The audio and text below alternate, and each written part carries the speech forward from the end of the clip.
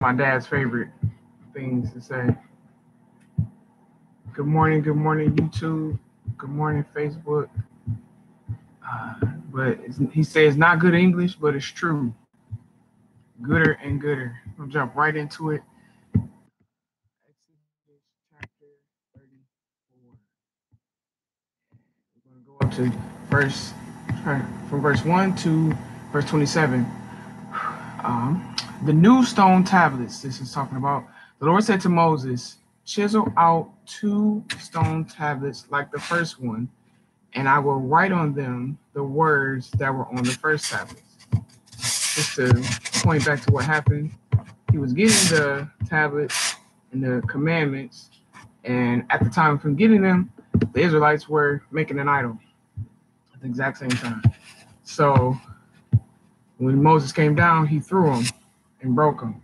So they're getting new tablets. Verse 2, be ready and come up in the morning to Mount Sinai and present yourself there to me on the top of the mountain. And no man shall come up with you, neither let any man be seen throughout all the mountains. Neither let flocks or herds feed before that mountain. So Moses cut 2 tablets of stone like the first, and he rose up early in the morning and went up on Mount Sinai as the Lord commanded him, and took in his hands 2 tablets of stone. And the Lord descended in the cloud and stood with him there and proclaimed the name of the Lord. I'm going to read that again. That's verse 5. And the Lord descended in the cloud and stood with him there and proclaimed the name of the Lord.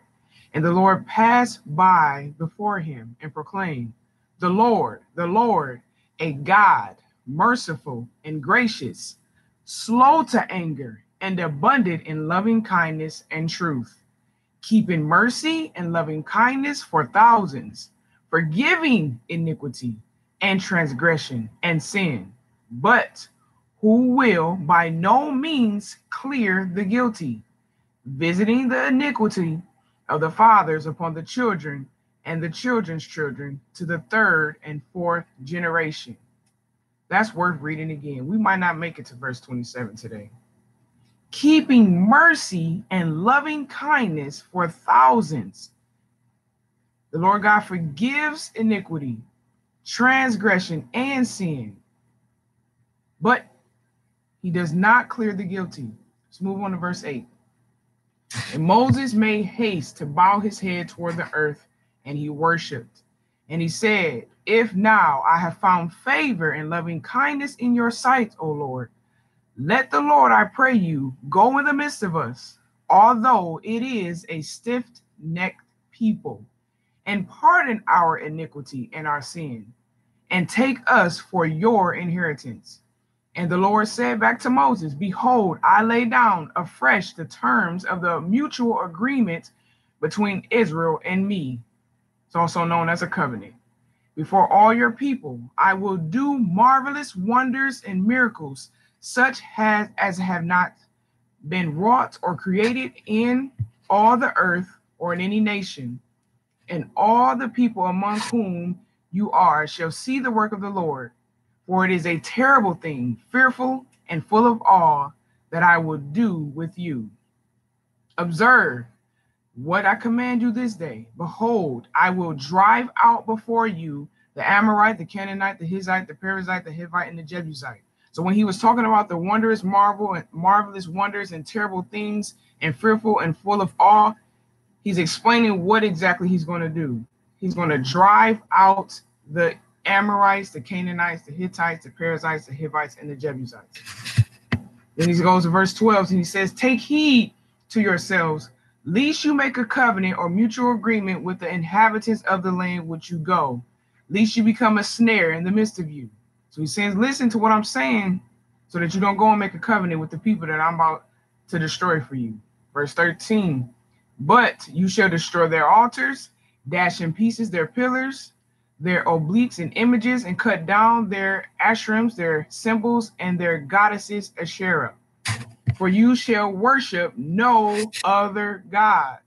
For the Lord, whose name is jealous, is a jealous, impassioned God. Lest you make a covenant with the inhabitants of the land, and when they play the harlot after their gods and sacrifice to their gods, and one invites you, you eat of the food sacrificed to idols, and you take of their daughters for your sons, and their daughters play the harlot after their gods, and make your son play the harlots after their gods. You shall make yourselves no molten gods. Verse 18, the feast of unleavened bread you shall keep. 7 days you shall eat unleavened bread, as I commanded you, in the time of the month of Abib. For in the month of Abib you came out of Egypt. And we're going to stop right there. We're going to stop right there. And we're going to talk about that. We're going to start at verse 18 tomorrow. That was amazing. I love reading the word of Elohim. I'm going to pray really quickly for you, and we're going to have a great Tuesday. May Yahweh bless you and keep you. May Yahweh make his face shine upon you and show you his favor. May Yahweh lift his countenance upon you and give you shalom, which means peace, nothing missing and nothing broken. Y'all have an excellent day. All right, YouTube.